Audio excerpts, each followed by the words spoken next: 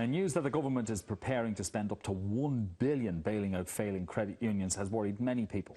But with arrears in credit union loans having jumped from 10% in 2009 to 18% by the end of June this year, it's clear there's a problem.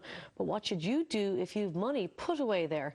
Personal finance expert Carl Dieter joins us now to explain more. Good morning to you, Carl. Good morning. Good morning, Carl. We actually thought that the credit unions would be okay because they were being run by generally people who would use the credit union.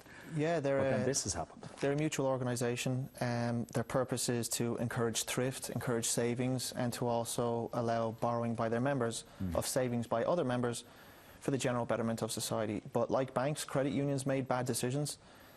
Some of them probably don't have the amount of reserves required to meet those bad decisions, and because of it they're going to require some money, and that's what the capital injection is going to be about. It's going to be there to allow for losses that they think will occur in the future. And this was money put aside for the banks that the banks didn't use? Well, basically, within the financial system, everyone is interdependent nowadays. Like credit unions will quite often deposit their money with banks. Banks will deposit with other banks. Everything is intertied. So saving the credit unions, I think, is actually important when you look at the whole area of maintaining confidence in financial institutions. And credit unions are a very common financial institutions with, I think, around well in excess of 2.5 million members. So it's important that that is maintained and seen as being a safe and reliable place to put money. And safe and reliable are two key words, because when the whole thing with the bank started up, there were people taking their money from the bank and putting it into the credit unions because they believed they were very, very safe. Well, the entire financial system is a confidence game, because at no time does any bank or credit union have the money on hand to give it back to all of their depositors should they demand it. If that does happen, it's described as a run. And that's why it's vital to always have a perception that they will be backed to the point of no return, so that people do have a feeling of safety in the banks. Now, in the past, when governments didn't get involved with banks, that would happen, and it was like that I think it was called It's a Beautiful Life or something, that old film where the guy's the bank manager and everyone comes. Oh, It's a Wonderful Life, right. And everybody wanted the money and he didn't have it. Well, nowadays that's what deposit guarantees step in for, and in fact it was during the Great Depression that the Federal Deposit Insurance Corporation in the USA was set up for that very precise reason. In Ireland then we have them set up via various regulators. The central bank runs our one, and again the credit unions have their own called the Savings Protection Scheme. So for our viewers watching this morning who have money with the credit union, they shouldn't worry then? We're certainly not advising any of our clients to take their money out of credit unions for that reason. There could be a better deposit rate somewhere else, but certainly it's not a matter of them being risky that would be the cause.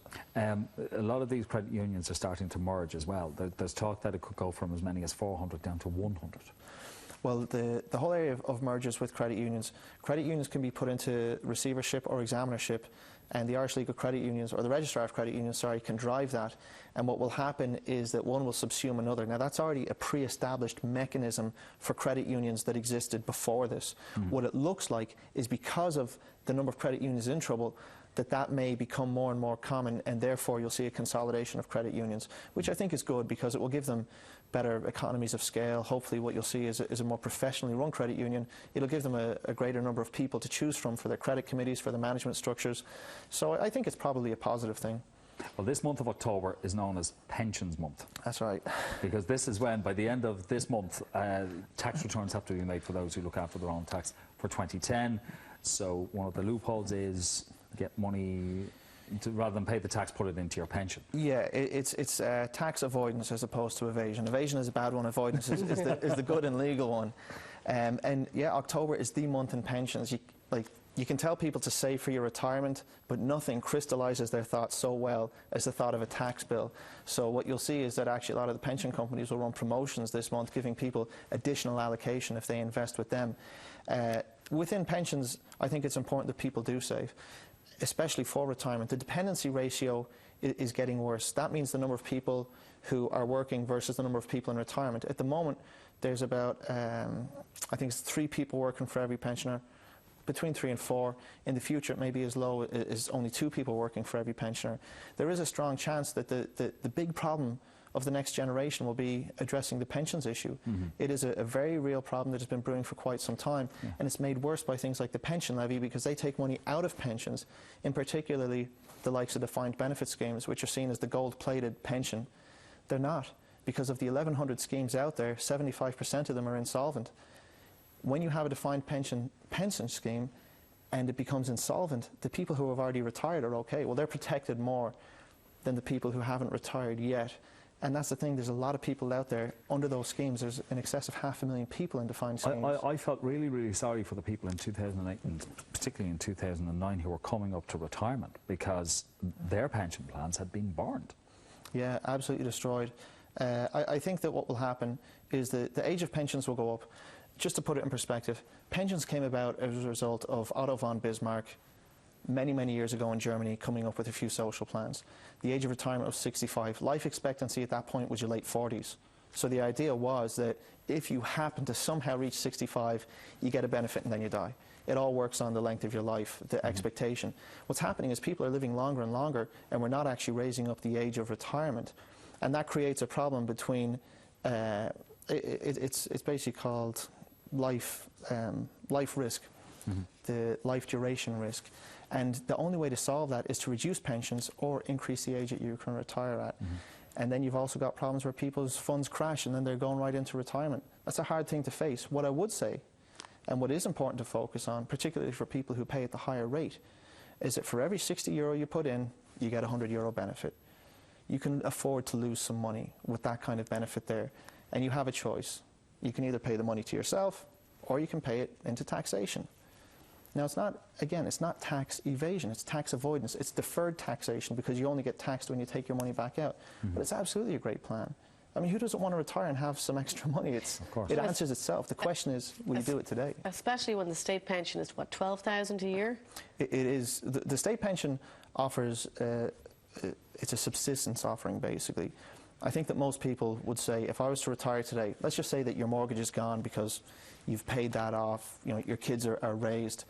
When you retire, you don't normally have as much outgoing, but I think it's safe to say that most people don't envisage their retirement being just $12,000 a year. And yet for the vast majority of people, that is what they'll have because they don't actually put into pensions. How much, Carl, I know it's different for everybody, but how much should we be putting away each month? Well, it depends on when you start. The younger you start, the less you have to do. So I think what the challenge is to actually start your pension young, and then you don't get these big concerns where you're in your late 30s or 40s and you're suddenly saying, wow, I have to put in $1,000 a month if I want to have the pot that I had planned for. It's really about your own lifestyle, and there's calculators that any financial advisor can use that will tell you how much you need. But anybody who has a pension plan with a building society or with a bank are always wary when somebody calls them and says, look, you need to be putting in an extra whatever amount per month if you want to maintain your standard of living at retirement.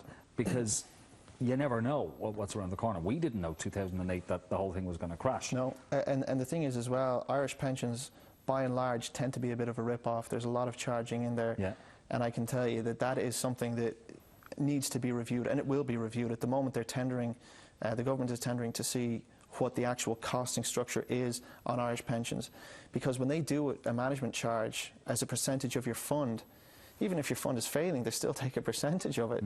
So I think we need to get away from that and get more towards fixed management fees. People need to move more towards low costs, indexing funds, because what we have seen is that high fees with market volatility, there's always a loser, and sadly it tends to be the person who invested in it. Well, Carl, on that positive note, we'll leave it for today.